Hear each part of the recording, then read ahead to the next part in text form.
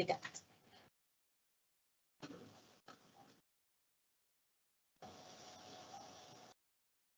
Bom dia a todos e todas. Meu nome é Maili, sou a diretora de Seguridade aqui na Enerprev.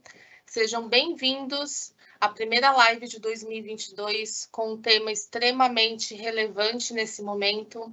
Iremos debater as principais dúvidas na declaração de imposto de renda e, para isso, trouxemos alguns convidados especiais que apresentarei em breve. Reforçamos que estamos transmitindo essa live sem a utilização de máscaras, pois estamos em casa. E desde já agradeço a participação de vocês no envio antecipado de perguntas, que contribuiu bastante na construção do nosso evento. Durante a apresentação, vocês poderão encaminhar as dúvidas em nosso chat, que teremos um tempo para respondermos em nosso evento, tá? Seguindo na agenda do nosso evento, abordaremos primeiro os documentos que foram encaminhados pela Enerprev para a declaração de imposto de renda. Falaremos dos principais campos do informe de rendimentos e mostraremos alguns exemplos também. Na sequência, entrarão nossos convidados especiais, doutora Maria Inês Murgel, doutora em Direito Tributário pela Universidade Federal de Minas Gerais, diretora da Associação Brasileira de Direito Tributário e advogada sócia da JCM Advogados, que é um parceiro nosso aqui da Enerprev, e junto com ela teremos o Francisco Mesac, da nossa equipe financeira. Nesse debate, teremos um tempo para respondermos as perguntas encaminhadas durante o evento. Nosso gestor do atendimento, Leonardo Cruz, fará as intermediações. E, por fim, a Patrícia Batista, da nossa equipe de atendimento, mostrará como acessar seu informe de rendimentos na área restrita e os nossos canais de atendimento. Bom, iniciando aqui, então, os documentos que foram encaminhados, disponibilizados pela Enerprev. Então, temos o informe de rendimentos, ele foi disponibilizado por correios, por e-mail, e consta na área restrita a todos os participantes que receberam algum rendimento, algum benefício pela Enerprev no ano de 2021. Junto com ele, para os assistidos do Plano 2 que fizeram algum aporte de contribuições, foi também encaminhado o informe de contribuições por correios e e-mail. Esse documento não consta na área restrita, tá? Então, a disponibilidade somente por correio e e-mail. E é importante que vocês façam a solicitação do seu informe de rendimento para a declaração de valores de assistência médica e odontológica junto às operadoras de saúde, tá? Por mais que as informações referentes à assistência médica e odontológica que foram descontados durante o ano do seu benefício da Enerprev, é importante que vocês peguem esse documento formal, que é o informe de rendimento, junto a essas operadoras, para que vocês possam declarar corretamente esses valores, tá? Qualquer dúvida referente aos descontos, ao informe informe de rendimento referente a esses valores, vocês precisam entrar em contato com a Enervida. Os principais campos do informe, aqui eu trouxe os 3 principais deles. Então, o primeiro quadro é o quadro 3, né, que são rendimentos tributáveis. Então, temos aqui no campo 3.1, todos os rendimentos tributáveis que vocês receberam de benefícios de janeiro a dezembro. No campo 3.3, temos as contribuições que foram descontadas do seu benefício ao longo do ano. Então, aqui a gente está falando de participantes do Plano Excelso Zoom, IPSAP, BD e BSPS, que possuem essa contribuição obrigatória, que é descontada do benefício. No campo 3.4, a gente vai ter os valores de pensão alimentícia descontadas do benefício de janeiro a dezembro. O valor referente ao 13º de pensão alimentícia, ele só aparece lá no campo 7, que é o campo de observações. E no campo 3.5, a gente tem todos os valores retidos de imposto de renda também de janeiro a dezembro. No quadro 4, são os rendimentos isentos e não tributáveis. Então, No 4.1, a gente tem os rendimentos isentos acima de 65 anos, de janeiro a dezembro. O campo 4.2 é um novo campo que foi disponibilizado nesse novo layout da Receita esse ano, tá? São os rendimentos isentos acima de 65, referente à parcela de 13º. E no campo 4.4, teremos todos os valores recebidos durante o ano, incluindo o 13º, aos portadores de moléstia grave. E, por fim, no campo 4.9, temos as rendas recebidas de auxílio-doença e saldo isento referente à Instrução Normativa 1343, tá? Esse saldo isento dessa instrução são aquelas contribuições que foram realizadas no plano de 1989 a 95. Então, a gente tem ainda alguns participantes que recebem esse saldo, que ele é isento de tributação. E, por fim, no campo 5, rendimentos sujeitos à tributação exclusiva, temos os rendimentos líquidos de 13º. Vou explicar no próximo slide o que seria esse rendimento líquido. No campo 5.2, temos o imposto retido a título de 13º. E no 5.3, temos os valores líquidos de benefício de janeiro a dezembro para os optantes pelo regressivo, tá? Fazendo só um parênteses, a opção pelo regime de tributação entre progressivo e regressivo foi somente nos planos Excelsus 2, que é um plano de contribuição variável, e no plano Energias do Brasil, que é um plano de contribuição definida. Então, no momento que você fez a adesão a esses planos, você fez a opção pelo seu regime de tributação, ou progressivo ou regressivo. Nos planos Excelsus 1 e PISAP Bandeirante, por ser um plano de benefício definido, a opção pelo regime de tributação é somente o progressivo. Vamos num exemplo prático de como ficaria as informações que constam no informe de rendimentos, tá? Nesse primeiro exemplo, eu trouxe um participante que completou 65 anos em abril e possui 2 dependentes de R e o regime é progressivo, tá? A partir do momento que você completa 65 anos, então você tem uma parcela do seu rendimento, do seu benefício isento, tá? Esse valor atualmente é de R$ 1.903,98.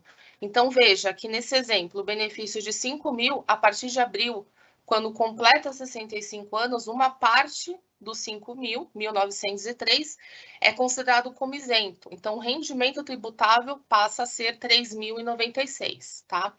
Como vai ficar isso no seu documento? No campo 3.1, a gente vai demonstrar todos os valores de janeiro a dezembro tributáveis, então totaliza 42.000, tá? No 3.5, todos os impostos retidos também de janeiro a dezembro, 1.759. No campo 4.1, temos os valores isentos acima de 65 anos. Então, veja que a partir de abril começou a aplicar a isenção. Então, de abril a dezembro, R$ 17.000. No campo 4.2, temos o valor isento acima de 65 anos referente ao abono anual, ao 13º. Então, R$ 1.903,98, tá? Esse é o novo campo que foi aberto pela Receita neste ano, tá? Antigamente era somado todos esses no campo 4.1 e agora a gente tem essa abertura entre os valores de janeiro a dezembro e o 13º.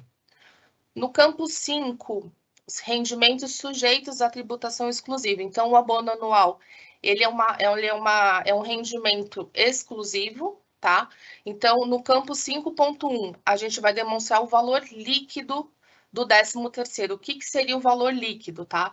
Seria o valor do benefício, R$ 5.000, menos dependentes. Nesse exemplo, ele tem 2 dependentes, então abate o valor de R$ 379,18. Abate a isenção por idade, R$ 1.903,98, e vai abater um imposto de renda, R$ 60,96. Então, líquido, temos o valor de R$ 2.655,88. Já no campo 5.2, apresenta aqui o valor do imposto que foi retido de R$ 60,96. No exemplo 2, eu trouxe os mesmos parâmetros do exemplo 1, Só que, nesse caso, o participante que completou 65 anos optou pela não aplicação da isenção, ou seja, ele veio aqui na Enerprev e pediu para que a Enerprev não aplicasse automaticamente essa isenção por ele ter 65 anos, tá? Então, veja que em abril, por mais que ele tenha completado 65 anos, não foi considerado de janeiro a dezembro, tá? Só é considerado a isenção no abono anual por ser uma tributação exclusiva, tá? E como é que vai ficar o informe nessas condições? Então, no campo 3.1, valores tributáveis de janeiro a dezembro, 60 mil. No campo 3.5, o total de imposto de renda, 4.842. No campo 4.1, de janeiro a dezembro, como não foi aplicada a isenção, fica zero. E no campo 4.2, como foi aplicada a isenção no abono, o valor de R$ 1.903,98. O campo 5 ficam as mesmas informações do exemplo anterior, né? Então, a gente vai pegar o valor do benefício, menos os dependentes, menos a isenção e menos o imposto retido, que é o total de 2.600. E no 5.2, o valor que foi recolhido de imposto de renda. E, por fim, também aqui um participante que tem 65 em abril, tem 2 dependentes, porém, ele é do regime regressivo, tá? Então, o regime regressivo, ele é um rendimento sujeito à tributação exclusiva, tá? Então, ele não vai ter, quando você enviar a sua declaração, você não vai ter valores a pagar de imposto complementar, mas também não terá valores a restituir, tá? A diferença aqui é que o regressivo, ele não deduz dependentes, não deduz a isenção de 65 e também não deduz pensão alimentícia, tá? No campo 5.1, valor líquido de 13º, então a gente vai pegar o valor do benefício menos o imposto que foi retido, 4.500. No 5.2, o imposto que foi retido é de R$ 500. E no campo 5.3 vão aparecer os valores líquidos recebidos de janeiro a dezembro, ou seja, 60 mil, que foi o total do rendimento tributável, menos o imposto de renda retido, 6 mil, totalizando 54 mil. Tá? Trouxe alguns exemplos só, a gente poderia ficar a tarde inteira aqui falando de várias possibilidades, mas eu tentei abranger a maior quantidade de casos possíveis. Caso tenha ficado alguma dúvida na composição do seu informe, que você não tenha entendido como foi composto aquele valor, vocês podem também entrar em contato com a nossa central de atendimento que a gente vai fazer esse esclarecimento com vocês, tá?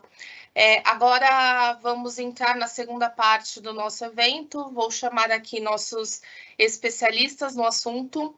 Doutora Marinese, Francisco, sejam muito bem-vindos. A palavra é de vocês. Bom dia a todos e a todas, né? Primeiramente, queria agradecer aí a confiança, né, e a oportunidade de, alguma forma, aí, ajudar o nosso participante, né, que é o nosso objetivo aqui principal na Enerprev, né? Agradecer também a doutora, né, e a todos aqui que estão com a gente, né? Eu queria, de forma bem rápida, né, só falar um pouquinho aqui sobre a obrigatoriedade da entrega, né? E também já deixar à vontade, doutora, para me interromper, para entrar, para complementar, para me corrigir, assim, tem toda a liberdade aí, tá?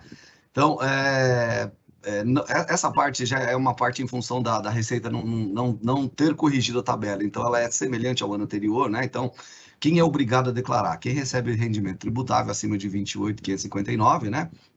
Rendimento tributável, o que seria rapidamente o rendimento que você recebe da Enerprev, né, do seu benefício, mais o rendimento do INSS, tá? No caso do rendimento da Enerprev, se você for optante pela tabela progressiva, né? O rendimento isento e exclusivo é o teu rendimento que você tem de aplicação financeira, o rendimento que você recebe da Enerprev se você for optante pelo regime regressivo, tá? Uma outra ponto aqui que obriga você a declarar o imposto de renda, independente de você não se encaixar nos demais, é se você teve lucro ao vender algum bem, né? Lucro, isso sobre o ganho de capital. Então, assim, se você vendeu um veículo que você adquiriu ele alguns anos atrás e agora você vendeu ele com lucro, o valor dessa venda for superior a 35 mil reais, você vai ter que fazer a declaração de imposto de renda e recolher esse imposto sobre o ganho de capital. Tá? Outra possibilidade é a questão da receita bruta, né, da atividade rural. Se você se enquadra nessa opção e teve uma receita acima de 42 mil, você também é obrigado a declarar. Lembrando que uma situação não exclui a outra, né? Então, o mínimo uma dessas você se encaixa aí na obrigatoriedade. Um ponto aqui bem importante é se você comprou uma ação, você foi lá, assim, recebeu aí um vídeo lá no YouTube te instruindo a operar no mercado e você comprou uma ação da Oi, por exemplo, aqui, tá? Um exemplo bem básico aqui. Você, em função de ter comprado essa ação, você é obrigado a declarar o imposto de renda agora, né, nesse prazo, tá? Bens e direitos, se você teve bens e direitos em 31/12 de 2021 superior a 300 mil reais, você também se enquadra na obrigatoriedade. Essa última opção aqui é se você vender um imóvel, né? E aí fez a opção para, no prazo de 180 dias, adquirir um novo imóvel, ou seja, independente de você ter vendido esse imóvel com lucro, você fica isento aí de pagar o imposto sobre o ganho de capital, mas isso te obriga a fazer aí a declaração de imposto de renda também. Tá? Esses são os principais pontos aí que obriga o contribuinte a declarar, tá? Mas, por favor, o próximo slide.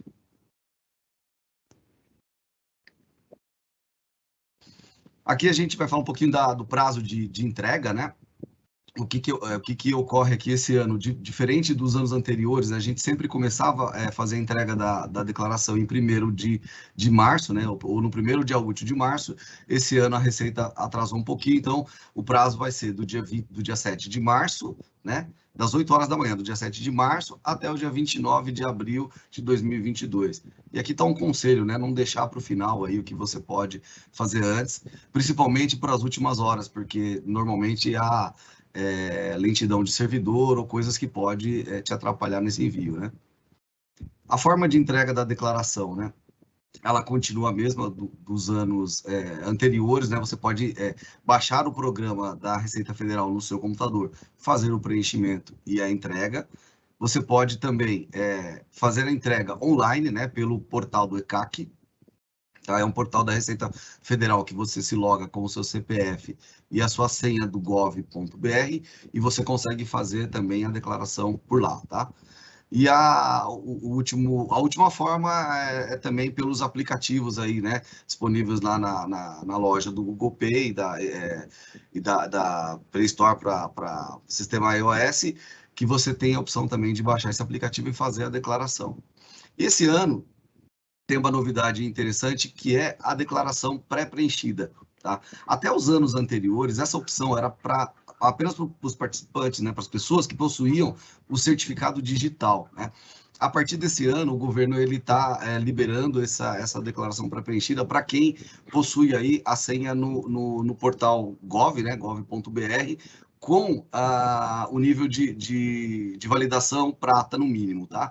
Então, prata seria o quê? A validação quando você já tem a senha e você tem a validação com reconhecimento facial. Isso é para quê? Para a própria segurança, para a Receita Federal ter a certeza de que quem está fazendo a declaração, quem está movimentando ou as consultas que a gente precisa fazer, né, em todos os serviços eletrônicos do governo, é você mesmo, né? Não é um terceiro, não é um fraudador, tá? Um outro ponto, né? A gente tem aqui na forma de tributação aqui do imposto, né? É um ponto bem discutível aqui, que gera bastante dúvida aqui nos contribuintes, né? Que é a questão da tributação simplificada e a tributação completa, né? Então, a pessoa fala, putz, mas a minha declaração é simplificada, eu não preciso declarar nada, é só declarar renda. Não, não é bem isso. Na verdade, você precisa declarar tudo, declarar, seguir todo o passo a passo, né, que a Receita Federal exige, né? A única coisa é que o cálculo do seu imposto devido no ano vai ser 20% do seu total tributável limitado a 16 mil, né? Ou a forma completa. A completa é o quê? São todas as deduções que você tem direito às deduções legais. Então, dependente, o custo com gastos médicos, o custo com a educação, né? E a própria contribuição aí para a Previdência Complementar limitada a 12% ao ano. Então, o que você vai comparar? Qual o maior valor? Qual a maior dedução? É os 20% ou é o somatório de todos esses campos que a gente acabou de citar aqui? Então, o que for maior, ele é mais vantajoso para você. Qual que é a vantagem? É ou pagar menos imposto, né? Ou restituir um maior imposto pago no ano anterior, tá? E, por último, aqui, assim, a multa acho que é um ponto importante também, que assim, uma vez você enquadrado nos campos, né, nas situações que a gente informou no slide anterior, uma vez enquadrado, você é obrigado a declarar. Caso você não o faça, quando você for fazer essa declaração em atraso, você vai pagar 1% de multa, né, sobre o valor do imposto devido, limitado 1% de multa ao mês, tá? Limitado a 20% limitado a 20% do total da tua renda tributável, só que também tem um valor mínimo de R$ 165,74. O que isso quer dizer? Eu estou devendo, eu vou fazer a minha declaração, eu não tenho imposto a pagar nem a restituir, apenas me enquadrei numa situação de obrigatoriedade e eu não tenho nem imposto a pagar a restituir. Não vou pagar nada de multa? Vai sim, você vai pagar no mínimo 165. Né? E outro ponto importante aqui também é que depois de 5 anos, né, que você não fez a declaração num determinado ano que você era obrigado, a Receita Federal ela pode bloquear o seu CPF, né? E aí, com o bloqueio do CPF, você não consegue, por exemplo, movimentar a sua conta corrente. Então, você não consegue sacar o seu benefício, fazer os seus pagamentos, e aí acontece aquela correria para descobrir qual ano que não declarou, e aí tem que ir lá, correr atrás do informe, fazer a declaração, pagar a multa para que seu documento ele seja desbloqueado e você possa seguir aí a sua vida, né? O próximo slide, por favor. A gente recebeu aqui algumas perguntas, né, que a Maeli citou no começo da apresentação, né, sobre essas que a gente quer, vai debater um pouco aqui, a doutora vai contextualizar para a gente aqui também esses pontos, né, e a gente vai aí tentar tirar aí as dúvidas que for, e aí no final também a gente vai receber aí as novas dúvidas que porventura ela venham ocorrer e tentar ajudá-los da melhor maneira possível, né? Então, doutora, tem aqui, eu queria passar a palavra para você para a gente falar um pouquinho dessas perguntas. Você pode discorrer um pouco sobre essa questão das causas judiciais, dar para a gente aí um panorama disso, por gentileza.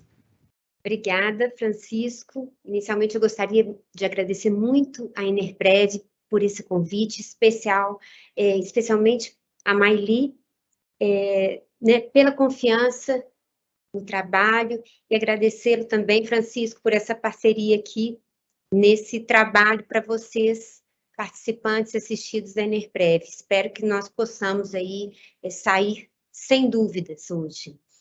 E, de fato, nós já havíamos recebido algumas perguntas, e dentre elas, que fazer, né? Como que é tributado, como são tributados esses valores recebidos de causas judiciais? De fato, isso é sempre uma celeuma. Vai depender, inclusive, do tipo de valor, da natureza do valor que a pessoa irá receber.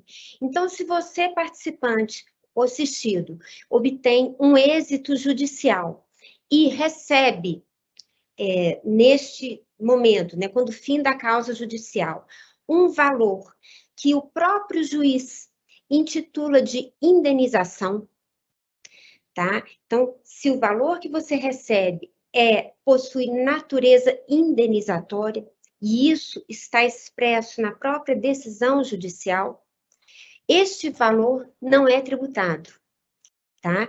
E não é tributado por quê? Porque indenização, especialmente se é em função da reposição de uma perda que alguém fez com que você incorresse, esses valores não têm natureza de renda nova.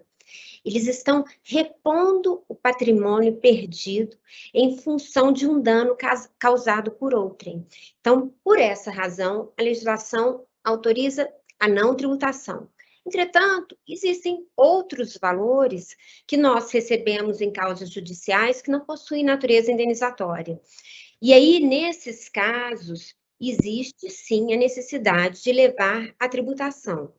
Se eles foram valores que deveriam ser recebidos no passado, nós falamos que a eles deve ser aplicado o que a gente chama de RRA, que são rendimentos recebidos que deveriam ter sido recebidos lá atrás, mas só hoje estão sendo auferidos pelo contribuinte. E em função do fato de que a pessoa deixou de receber lá atrás, anteriormente, está recebendo apenas hoje, a legislação autoriza que esse rendimento não seja somado aos demais rendimentos que você ofere num determinado mês, para fins de verificação de qual alíquota será aplicável. Porque nós sabemos que quanto maior o rendimento, maior a alíquota aplicável. Né? E talvez, se você tivesse recebido lá atrás esse rendimento, esse valor, algo que você fazia jus, esse valor não chegaria à alíquota que chega hoje, se somado ao seu rendimento atual. Então, o que a legislação determina? Que se você recebe um valor relativo a períodos passados, você vai tributar ele, haverá tributação na fonte, mas esse valor não será, para fins de verificação de qual alíquota aplicável, ele não irá contaminar o rendimento que você hoje ofere mensalmente. E, mais importante também ressaltar, deste valor recebidos de causas judiciais, esses valores recebidos de causas judiciais, a pessoa pode deduzir aí algumas despesas, inclusive despesas com advogados, foram necessárias para haver o oferimento do montante que está sendo recebido. Mas pode também deduzir até mesmo valor com pensão alimentícia, por exemplo, tá? Então, isso aí é importante nós termos em mente. Não sei se Francisco gostaria de acrescentar algo, Francisco. Não, doutor, acho que você foi bem clara, né? Principalmente aí, eu acho que nessa questão do que é indenizatório, né? E do que é remuneratório. Eu acho que esse é o ponto mais interessante da questão dessa legislação, e também a questão da RRA que você citou, né? Perfeito, né? Você misturar isso com a tua renda do ano que você recebeu, algo que você tinha que ter recebido lá em 80 meses, por exemplo, te traz um prejuízo muito grande. Então, eu acho que o fisco ele evoluiu muito nessa parte aí. Eu acho que, de certa forma, muito justa para o contribuinte, né? Sem dúvida. Além disso, nos foi questionado também quem que pode ser declarado como dependente.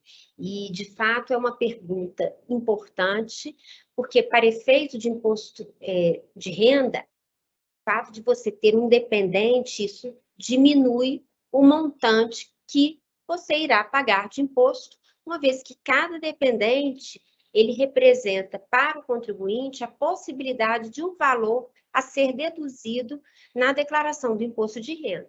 Então, se você tem um companheiro com quem tenha um filho ou viva há mais de 5 anos, ou um cônjuge, por exemplo, essas pessoas podem ser declaradas como dependentes na declaração do imposto de renda. Além dessas pessoas, um filho ou enteado que tenha até 21 anos de idade, ou até mesmo em qualquer idade, quando ele for incapacitado física ou mentalmente para o trabalho. Aí, nesse caso, não há limite de idade. Também o filho ou enteado, se ainda estiverem cursando estabelecimento de ensino superior ou escola técnica de segundo grau, e desde que possua até 24 anos de idade. Então, se a pessoa estiver cursando ensino superior ou escola técnica, o limite de idade aumenta, vai para 24 anos. Mas também pode ser declarado dependente, por exemplo, o irmão, um neto ou um bisneto que não possua o arrimo dos pais, tá? E também, nesse caso do irmão, neto, bisneto, o contribuinte, ele precisa deter a guarda judicial, tá? E nesses casos, até 21 anos, ou em qualquer idade, quando essa pessoa for incapacitada para o trabalho. Da mesma forma, esse irmão, neto, bisneto pode ser declarado independente nos termos que eu mencionei, né? Desde que esse contribuinte detenha essa guarda judicial, mas até 24 anos, se estiver cursando escola técnica ou ensino superior.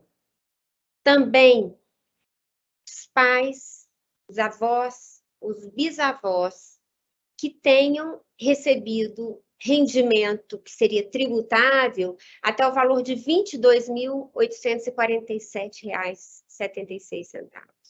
Isso também pode ser declarado como dependente seu. E também, por fim, uma pessoa que seja absolutamente incapaz, do qual o contribuinte, né, você, seja tutor ou curador. Então, essas hipóteses de dependência, elas estão todas listadas na legislação e, havendo o contribuinte um ou mais, né, ou 2, 5, 6 dependentes, deve ele, sim, declará-los na declaração do imposto de renda, que isso irá diminuir o montante do imposto, valendo ressaltar que se a pessoa for casada e o cônjuge também fizer a declaração do imposto de renda, só um deles poderá declarar uma mesma pessoa como dependente. Não pode haver aí dupla declaração de dependentes, tá? Então, apenas uma pessoa será responsável, diríamos assim, por aquele dependente. Então, os senhores devem, sim, aproveitar esta possibilidade da legislação. Alguma coisa, Francisco, queira acrescentar? Perfeito, doutora. Acho que você foi bem específica em tudo. Eu queria só acrescentar alguma, assim, essa questão do que causa bastante erro, né, nesse entendimento aí, ou que causa bastante malha fina, né, é justamente essa questão da questão da guarda judicial, né, esse ponto que as pessoas geralmente esquecem. Ah, não, eu tenho aqui um sobrinho que eu pago a faculdade dele, ou que eu pago o convênio médico dele, mas você tem a guarda dele? Não, não tenho, então ele não pode ser o seu dependente, né? Se você colocar ele e a Receita entender que você colocou ele com dolo, né? Colocou ele com a ideia de fraude, você vai pagar 150% de multa sobre o imposto que você deixou de pagar ou está restituindo com a inclusão dessa informação. Então, acho que é um erro bastante comum, né? Outro ponto só, complementando, é a questão da verificação, e isso é de cada um, ver, no caso, por exemplo, do pai, né? Do pai, do avó, do bisavó, é verificar se compensa eu colocar ele, uma vez que ele também tem renda tributável. Porque as pessoas, às vezes, só se pegam ao fato da legislação permitir eu colocá-lo, mas esquece de incluir a renda dele. Então, isso também é um ponto importante aí para evitar cair na malha fina, né? Evitar ter aí algum problema e dificuldade com o fisco, né, doutor? Excelente. Isso mesmo. E, além disso, eu acho que é importante nós abordarmos, né, Francisco, esses questionamentos envolvendo limites de deduções.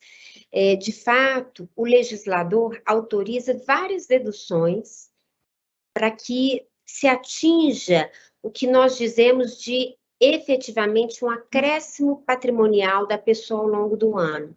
Então, as deduções representam despesas que são essenciais, despesas sem as quais, se nós não tivermos, realmente não dá para continuar, né? Então, é o que nós chamamos de um mínimo existencial. O mínimo existencial, ele é, na legislação, considerado, primeiro, o valor que está naquela faixa de isenção, em que não há tributação nenhuma, né? Quando se fala de uma tabela progressiva de tributação, que aí vai até 1.900, eu até esqueci o valor, mas 1.900 alguma coisa, reais, que está ali na faixa de isenção.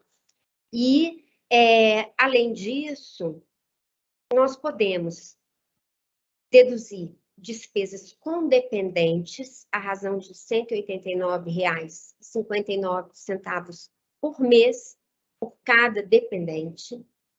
Valor relativo a gastos que se tenha consigo ou com dependente, a título de ensino, de educação, tá? E aí o valor é limitado a R$ 3.561,50 por ano. Este é o valor gasto com a pessoa ou com cada dependente. Então, esse é um limite de valor gasto com educação. Existem também despesas com saúde que podem ser deduzidas na declaração do imposto de renda. E nesse caso, até pelo fato de a saúde ser um direito e uma garantia fundamental que a Constituição Federal nos assegura, o legislador tributário respeitou este valor consagrado constitucionalmente e admitiu que nada que seja gasto com saúde deva ser tributado. Então, todos os valores dispendidos com planos de saúde, com médicos, hospitais, isso tudo, 100%, pode ser deduzido na declaração do imposto de renda, incluindo dentistas, incluindo aí psicoterapeutas, incluindo fisioterapeutas, então não apenas médicos, eu digo a saúde de uma forma geral. Exceto medicamentos. Despesas com medicamentos não podem ser deduzidas na declaração do imposto de renda. Ok? É isso aí. Você tem que falar algo aí, Francisco? Não, tá tranquilo, doutor. Acho que a gente pode ir para o próximo ponto aí, você foi muito clara. Tá joia. Então, além disso, eu entendo muito importante nós falarmos também dos portadores de moléstia grave, que, no caso, são pessoas que o legislador entende por bem isentar do imposto de renda no que tange tão somente aos valores que essa pessoa recebe a título de aposentadoria, paga pela Previdência Social ou pelas entidades de previdência complementar. Então, se uma pessoa é portadora de moléstia grave, e aí existe um rol de moléstias graves que está elencado na legislação, mas podem ter certeza que muitas delas estão aí, no caso, apenas os valores recebidos a título de aposentadoria da Previdência Social e de entidades fechadas de previdência complementar. Então, se uma pessoa, por exemplo, é um cardiopata grave, tá? Ou é detentora de uma neoplasia maligna, que são doenças que estão lá elencadas como moléstia grave. Mas ela tem ainda força de trabalho e trabalha, presta uma consultoria ou faz um negócio e recebe um rendimento decorrente disso, esses valores serão normalmente tributados. Os que não serão os valores recebidos a título de aposentadoria. E aí, devo ressaltar, inclusive a título de resgate, embora essa questão do resgate tenha sido decorrente de muita controvérsia, porque a legislação não era clara no que tange a possibilidade de isentar o valor resgatado de uma entidade de previdência complementar, mas construiu-se aí uma jurisprudência e hoje mesmo o resgate está isento aí desta tributação. Agora, como que eu vou aplicar essa isenção, né? Como é que eu vou fazer? Eu vou simplesmente bater ali na porta da Enerprev e falar, ó, gente, eu sou portador de moléstia grave, me isenta, e aí a Enerprev tem que me isentar e tá tudo bem? Não é assim. O fisco, ele determina, ele impõe que a Enerprev, como fonte pagadora da complementação da sua aposentadoria, ela faça as vezes do próprio fisco. Então, ela deve observar se efetivamente você é portador de moléstia grave. E, ao fazer isso, ela deve observar dispositivos que estão na legislação, que determinam, por exemplo, que esse laudo em que se comprova que você é portador da moléstia grave, seja emitido por um médico de um hospital de órgão público, na verdade, um hospital que seja credenciado ao Estado, à União, ao Distrito Federal ou ao município. Então, tem que ser uma rede pública, esse médico tem que estar conveniado ali, então, tem que haver o carimbo deste estabelecimento médico que seja ligado à União Federal, ao Estado, ao município, ao Distrito Federal. E o médico deve ser a ele ligado, deve inclusive colocar a sua identificação, deve mostrar, né, redigir ali o laudo, especificando exatamente quando você passou a ser portador da moléstia grave, inclusive se há possibilidade de controle. Então, de posse deste laudo, e que deve observar estas características, que um laudo de um médico particular não irá resolver, por melhor que esse médico seja, por mais renomado e conhecido. A lei não autoriza que a entidade feche os olhos para os requisitos que ela impõe que devam ser observados. E se a entidade deixar de observar isso, não só ela pode ser penalizada, como o próprio assistido também, tá? Então, é importante que se tenha isso em mente e, havendo essa comprovação, a entidade, então, deixará de fazer essa retenção. Esses dados, por serem públicos, obviamente, o próprio INSS detém, e por isso, esse assistido, ele passa também a ser isento do imposto de renda da aposentadoria que recebe ali, diretamente do INSS, tá? Perfeito, doutora. Perfeito. A gente pode, não tenho nada a acrescentar nessa parte, pelo amor de Deus, né? Você deu uma aula aqui para a gente muito, muito boa, né? Acho que não resta dúvida aqui, e se restar, estamos à disposição, né, doutora, para perguntar para você. Obrigada, Francisco. Então, vamos lá, outro questionamento que veio, é um questionamento que sempre existe, né? Por que não existe dedução quando nós optamos pela tabela regressiva de tributação? Quando você opta pela tabela progressiva, você pode lá sair deduzindo despesas com educação, despesa com saúde, despesas de todas as naturezas, vocês veem aí. Entretanto, quando se está falando do regime regressivo, essa dedução não é autorizada. E eu irei esclarecer por quê. Regime progressivo, ele é o regime clássico de tributação da renda no mundo, tá? E ele é regido por um princípio chamado princípio da capacidade contributiva. O princípio da capacidade contributiva, ele visa tributar mais quem tem maior capacidade de contribuir. Ele está aí fulcrado no princípio da solidariedade social. Então, quem tem mais, contribui com mais. Quem tem menos, contribui com menos. Porém, para se saber se realmente essa pessoa detém mais do que outra, é importante nós analisarmos a situação específica dela.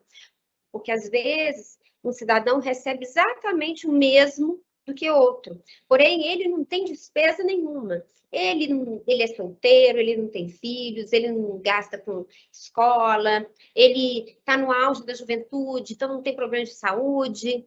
Enquanto outras pessoas não. Outras pessoas têm dependentes, têm despesas que são importantes, essenciais. E esse fato não pode ser desconsiderado pelo legislador quando vai medir a capacidade contributiva da pessoa. Então, por isso que nós podemos fazer essas deduções quando falamos numa tabela progressiva, em que sempre vai pagar mais quem tiver sobrando mais, tá? Quanto mais sobra para você, mais você tem que pagar um imposto de renda. Quanto menos sobra, se você tem muitos dependentes, você paga escola para muita gente, se você tem despesas médicas muito grandes, menos sobra para você contribuir para a sociedade. Então, este princípio, ele está aí orientando a tabela progressiva. A tabela regressiva, ela foi uma novidade relativamente recente da legislação. E eu falo até da legislação mundial. Não é algo, a tabela regressiva não é uma tabela tão comum em outros países. E é relativamente recente, porque já tem mais de 10 anos. E, aliás, tem uns 15 anos que a tabela regressiva está vigente. E ela visa outra coisa. O intuito de instituir a tabela regressiva não era a de tributar mais quem recebe mais, mas seria tributar menos quem poupa mais e por mais tempo para a previdência privada. E essa tabela foi muito bem-vinda, especialmente no Brasil, a ideia dessa tabela, porque nós possuímos um regime de previdência social que é nitidamente capenga. Ele realmente é um regime que vive a perigo de quebra. Então, quanto menos pessoas ficarem integralmente dependentes dos proventos de uma aposentadoria pública, maior será o alívio para o Estado. Então, o Estado precisa incentivar as pessoas a fazer sua poupança privada de aposentadoria, de forma que elas consigam manter a qualidade de vida que detinham na sua fase laboral, né? Na fase em que estavam trabalhando. Então, por isso, no regime regressivo, não se busca aí quem que ganha mais ou menos. O que se busca é saber quem poupou por mais tempo para a Previdência. E quanto mais tempo você poupou, menor será a alíquota do seu imposto. Independentemente se você ganhou muito, mas muito, ou apenas um pouco. A alíquota, ela será medida pelo período de acumulação da sua poupança previdenciária. Então, é exatamente por isso que não há deduções. Não se fala em deduções. E, justamente porque não se fala em deduções, é que também não é um regime imposto ao contribuinte. É um regime que o contribuinte ele vai optar por ele quando ele vai iniciar a sua poupança previdenciária. Tá? Então, essa é a razão básica. Não sei se Francisco quer também acrescentar algo? Doutora, é interessante essa visão, né, que você passou para a gente aí sobre a questão do tempo, né? Porque nós somos um país, assim, de característica de pouca poupança mesmo, né, doutora? E quando você tem esse incentivo, né, de deixar o recurso guardado por mais tempo, porque esse recurso, no final das contas, ele vai para onde? Ele vai para movimentar a economia, ele vai ser aplicado, ele vai ser aplicado em coisas que vai, né, gerar crescimento, infraestrutura, coisa desse tipo. E quando o legislador ele faz, ele tem essa ideia, né? Tudo bem que a gente ainda precisa evoluir um pouco mais nisso, né, doutora? Como assim, uma questão que vem sendo debatida, que é a questão da opção pelo regressivo, não no momento que você ingressa na sua vida laborativa e começa a contribuir para um fundo de pensão, mas no momento que você já tem aí a sua vida mais ou menos direcionada para aposentadoria, aí seria o momento ideal. Mas isso ainda é coisas que a gente tá em discussão, né? Mas muito interessante isso. Eu acho que quanto mais a gente poupar, eu acho que melhor para a gente, melhor para o país, melhor para o crescimento, né? E eu acho que o governo deveria se incentivar um pouquinho mais, né? Não uma crítica aqui direta, mas eu acho que é isso. Mas acho que a gente chega lá, né, doutora? Gente, é perfeito, perfeito, Francisco. Tem muito pano ainda para debate. Essa é a verdade, né? Outro ponto que também foi levantado diz respeito ao que acontece com a isenção por idade, né? No caso, eu recebo uma renda do INSS ou uma renda da Enerprev.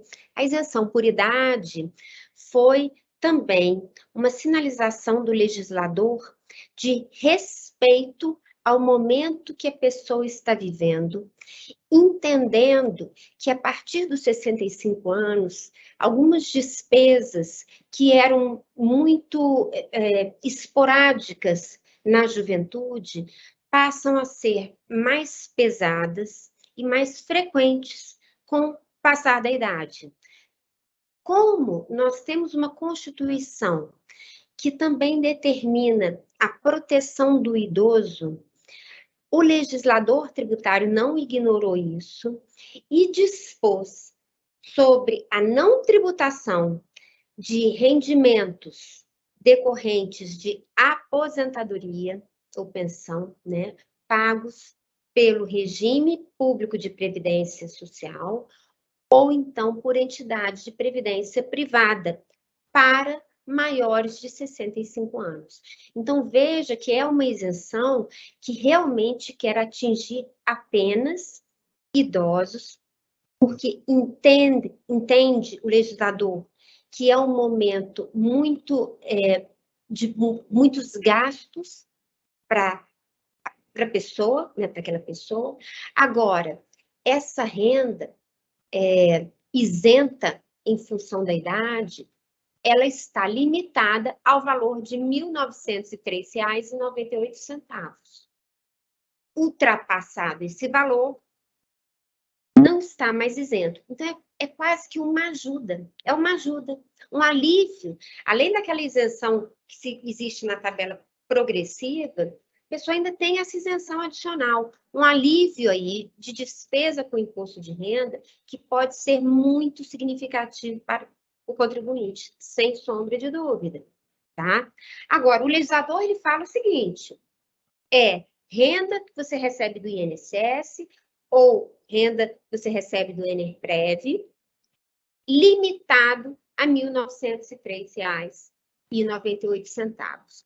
Significa isso dizer que se o INSS for realizar o pagamento para você e já aplicar a isenção observando esse limite, né, até R$ 1.903,98, para a Enerprev, a princípio, a Enerprev também pode aplicar, mas no final do ano, assim, na verdade, no início do ano seguinte, quando você for realizar a declaração do imposto de renda e apresentar lá que você ficou isento, tanto da renda que se recebeu do INSS, quanto da renda que recebeu do Enerprev, possivelmente você terá um valor de imposto a pagar. Né? E aí essa surpresa, quando a gente faz a declaração do imposto de renda, é terrível. Eu vendo o Francisco falando aí, a gente vai fazendo aqueles ajustes, se vai optar pela simplificada ou pela completa, porque a depender, a gente sempre quer pagar menos imposto, né? A gente está sempre buscando, inclusive, ter restituição, não quer pagar é nada.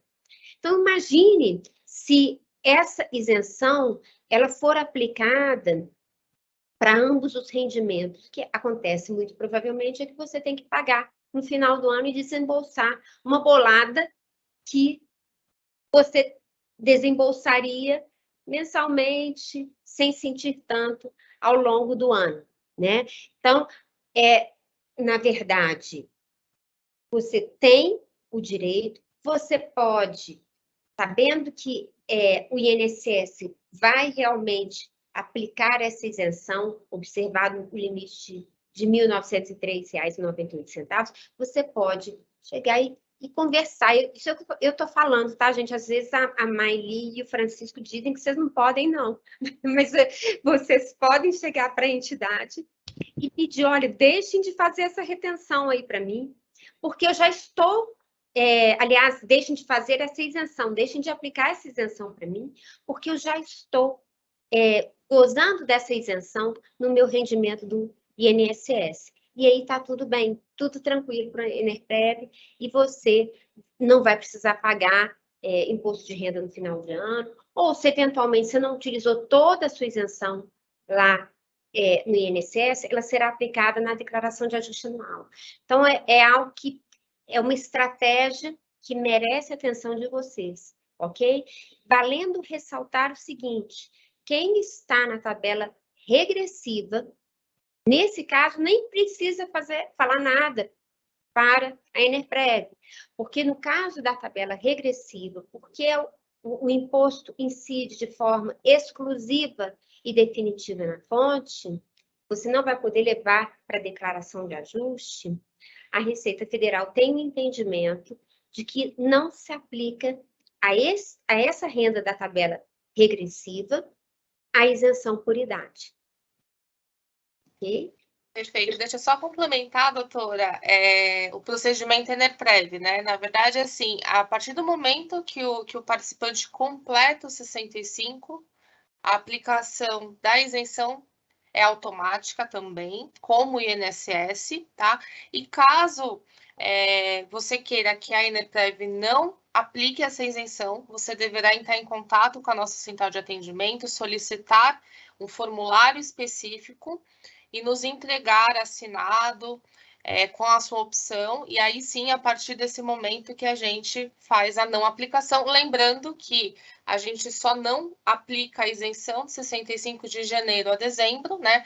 A renda do 13º, por ser exclusiva, ela automaticamente, a gente é obrigado a aplicar a isenção, mas há sim a necessidade de fazer essa formalização através desse formulário. É isso, só queria esclarecer esse ponto.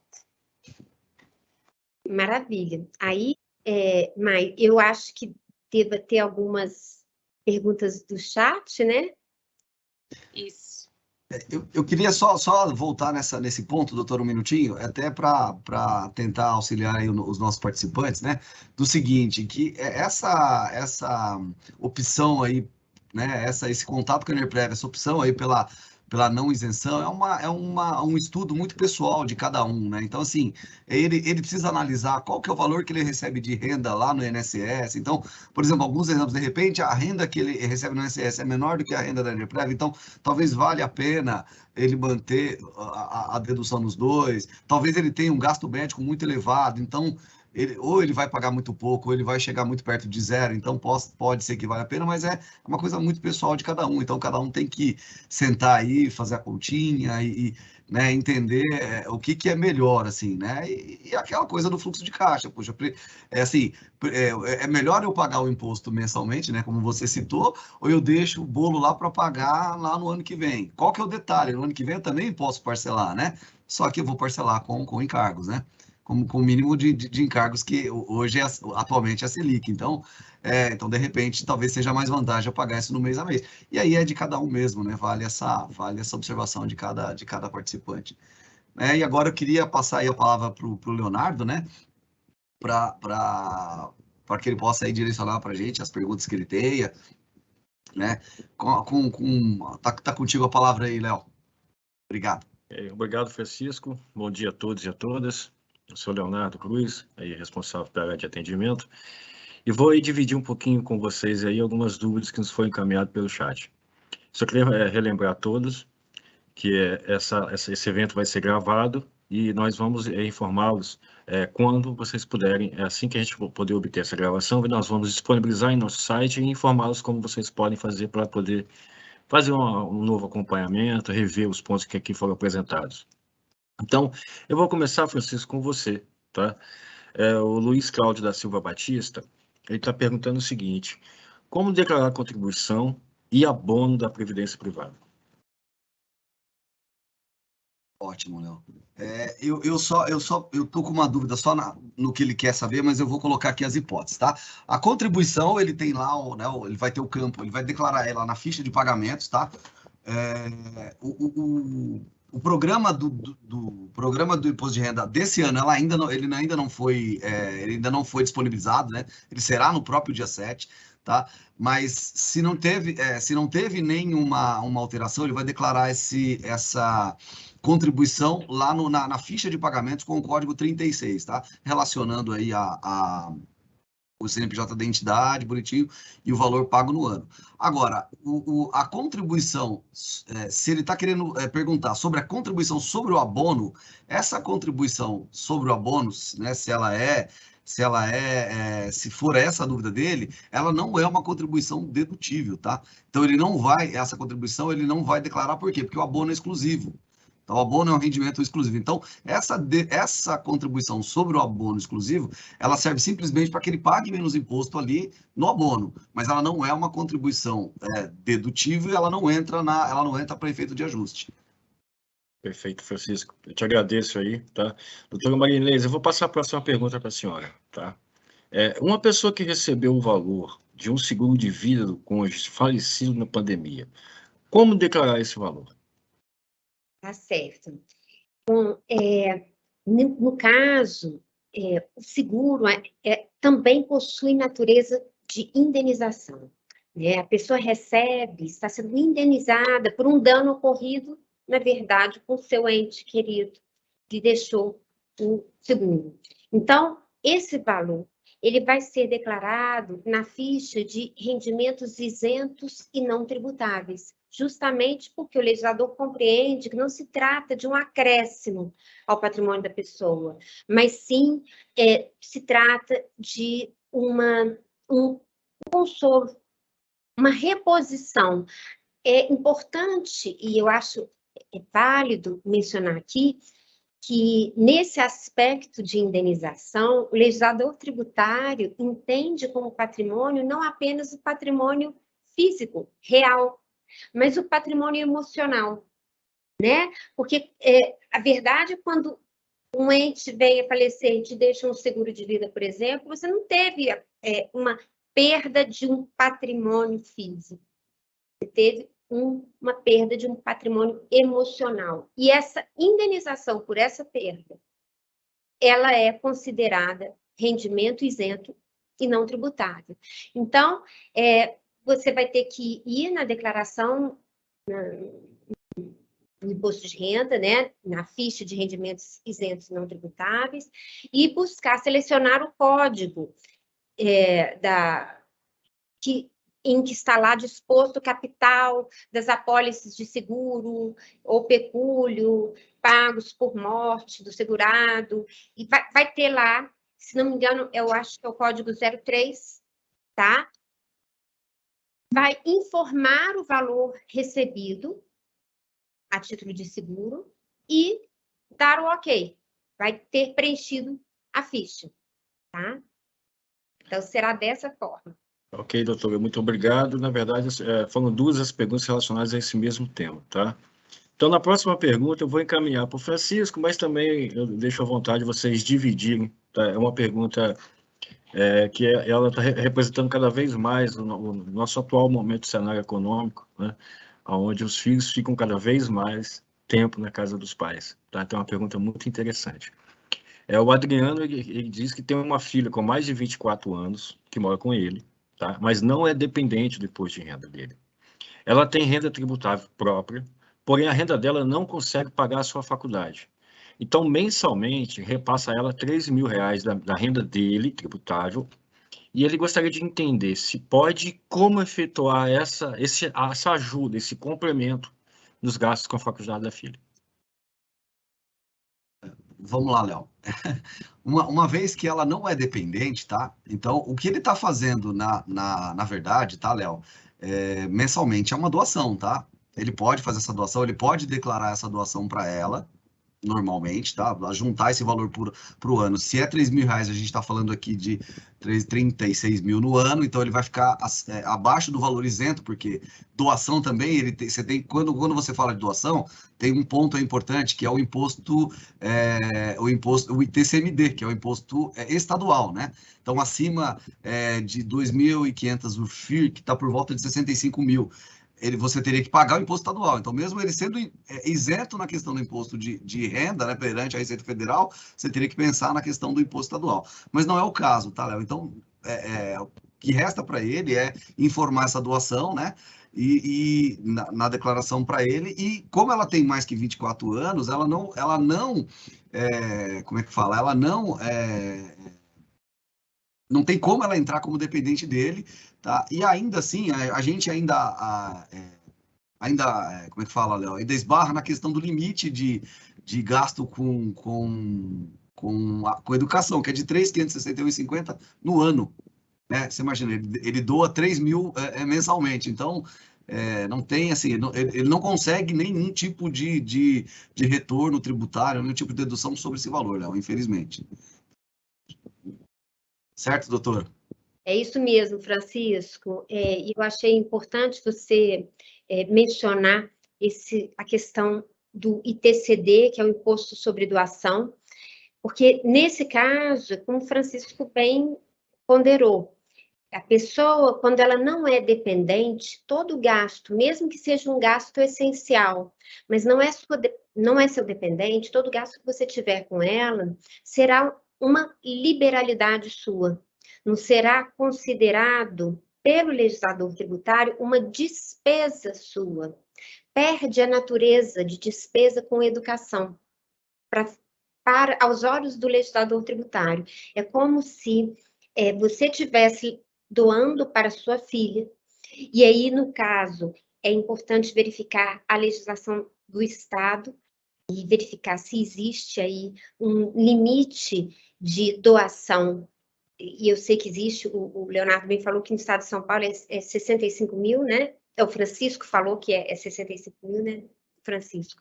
E esse limite, então, ele está completamente isento de tributação pelo ITCD, entretanto, o valor doado será um rendimento tributável seu, sem a menor possibilidade de aproveitamento pessoal. Eu acho importante ressaltar aqui também, esse mesmo caso, tá? Uma pessoa acaba assim, correndo em gastos muito altos de saúde para um amigo, para um parente que não seja dependente dele na declaração. E vejam, no caso, gastos com saúde, eles podem ser deduzidos, a princípio, na declaração da pessoa, sem qualquer limite. Mas os gastos de saúde dedutíveis são gastos que a pessoa tenha consigo própria ou com seus dependentes. Com não dependentes, é exatamente o que o Francisco falou. É uma doação, é uma liberalidade. E, a depender do valor doado, inclusive, estará sujeito à tributação pelo imposto sobre doações. Ok? Perfeito. Perfeito, doutora. Muito obrigado, doutora Marinês. Muito obrigado, Francisco, pela excelente contribuição de vocês. Tá? Eu vou passar a palavra à Patrícia, que ela vai dar conclusão ao evento, explicando um pouquinho de como as pessoas podem obter, como tem os acessos relacionados aí aos seus informes de rendimentos. Até logo. Bom dia, pessoal. Meu nome é Patrícia, eu trabalho na área de relacionamento aqui na Enerprev, na equipe do Leonardo, e eu vou dar algumas orientações para vocês, para que vocês possam obter o informe de rendimentos. Só reforçando ao que a Mai já falou no início da live, tá? Como que foi disponibilizado, né, os informes de rendimentos. Então, esse ano foi disponibilizado de 3 formas. Através dos correios, então, você vai receber o seu informe na sua residência, tá bom? Para todos os participantes. Através do e-mail, então já foi disparado os e-mails dos informes, então, assim, se você não recebeu, verifica na sua caixa de spam ou no seu lixo eletrônico, porque às vezes o e-mail vai direto para lá, tá bom? Então, é importante dar uma verificada lá na caixa de spam, e é importante também falar que é o seu e-mail cadastrado aqui na Enerprev, tá bom? Então, por isso que é muito importante que você tenha o seu cadastro atualizado aqui certinho, para que você possa receber as informações, tanto o e-mail, né, como também o seu endereço. E online também, né? Então, assim, se você for agora retirar o seu informe de rendimentos na área restrita do participante, você vai conseguir, porque já foi disponibilizado por lá também. Então, eu vou enfatizar aqui a parte online, né, da área restrita. Pode passar o slide, por favor.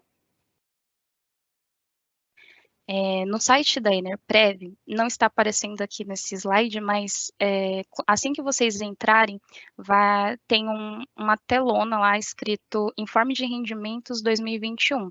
E se vocês clicarem no botãozinho vermelho embaixo desse pop-up, vai ter o passo a passo para vocês retirarem o informe de rendimentos ali na área restrita, tá bom? Então, tá tudo bem explicadinho, tá bem o passo a passo está bem explicado para que vocês consigam retirar o informe através da área restrita.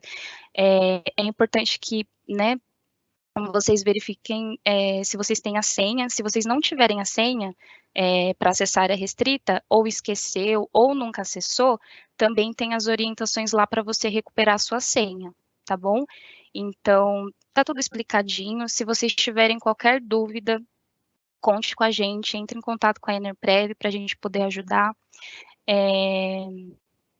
Nas próximas semanas, acho que semana que vem já, nós vamos encaminhar também para vocês um vídeo fazendo um passo a passo, assim, para vocês conseguirem visualizar bem as telinhas e tudo mais. Inclusive, vai ser eu que estarei, sou eu que vou estar no vídeo, então quem estiver assistindo a live vai me conhecer daqui. Para que vocês possam retirar o informe de rendimentos, tá bom? Sem problema, sem complicação, enfim. Acho que é isso. Léo, você quer falar mais alguma coisa? Bom, eu vou falar aqui o telefone da Enerprev, né? Para vocês, se vocês tiverem alguma dúvida, quiser entrar em contato, quiser orientação, é o 0300 313 0013. Se vocês quiserem também mandar e-mail para a gente, atendimentoenerprev@edpbr.com.br. Nas nossas redes sociais também, convido vocês a entrarem lá, seguir a Enerprev, porque a gente posta bastante coisa interessante para que vocês, inclusive orientações, né, para conseguir atingir, né, o nosso público total. Então é isso. Léo, quer falar alguma coisa? Patrícia, muito obrigado Obrigada, viu? pelas suas explicações, tá? Eu passo a palavra para a Maili e desejo a todos um bom dia. Obrigada, Léo. Obrigada, Paty. Reforçando, né, o recado que a Patrícia nos deu, é muito importante que vocês tenham atualizado o endereço de vocês, o e-mail, o telefone, porque estamos cada vez mais encaminhando os comunicados, documentos, orientações, né, dos planos de previdência através das mídias sociais, dos e-mails. Então, é muito importante que vocês mantenham esse cadastro atualizado para que vocês possam receber todas as informações dos nossos planos, dos planos de vocês, para vocês acompanharem como está acontecendo as coisas, né? Bom, então chegamos no final do nosso evento. Agradeço de novo a participação de todos vocês. Obrigada pelo envio das perguntas. Caso a gente não tenha respondido alguma pergunta encaminhada via chat, a gente vai se comprometer a encaminhar a resposta, né, para aqueles que se identificaram. Também qualquer dúvida que tenha ficado, que a gente não discutiu, né, um tema muito complexo, tem muitas particularidades, a gente tentou abranger a maior parte dos casos, mas, claro, cada um tem a sua particularidade. Então, caso tenha ficado alguma dúvida ainda, entre em contato com os nossos canais de atendimento, teremos o maior prazer em respondê-los. Agradeço também a participação dos nossos convidados. Muito obrigada, doutora Marinês, foi um prazer, acho que foi muito esclarecedor todos os debates junto com o Francisco. Obrigada, Patrícia e Leonardo também, e desejamos a todos um ótimo dia e até a próxima live. Muito obrigada.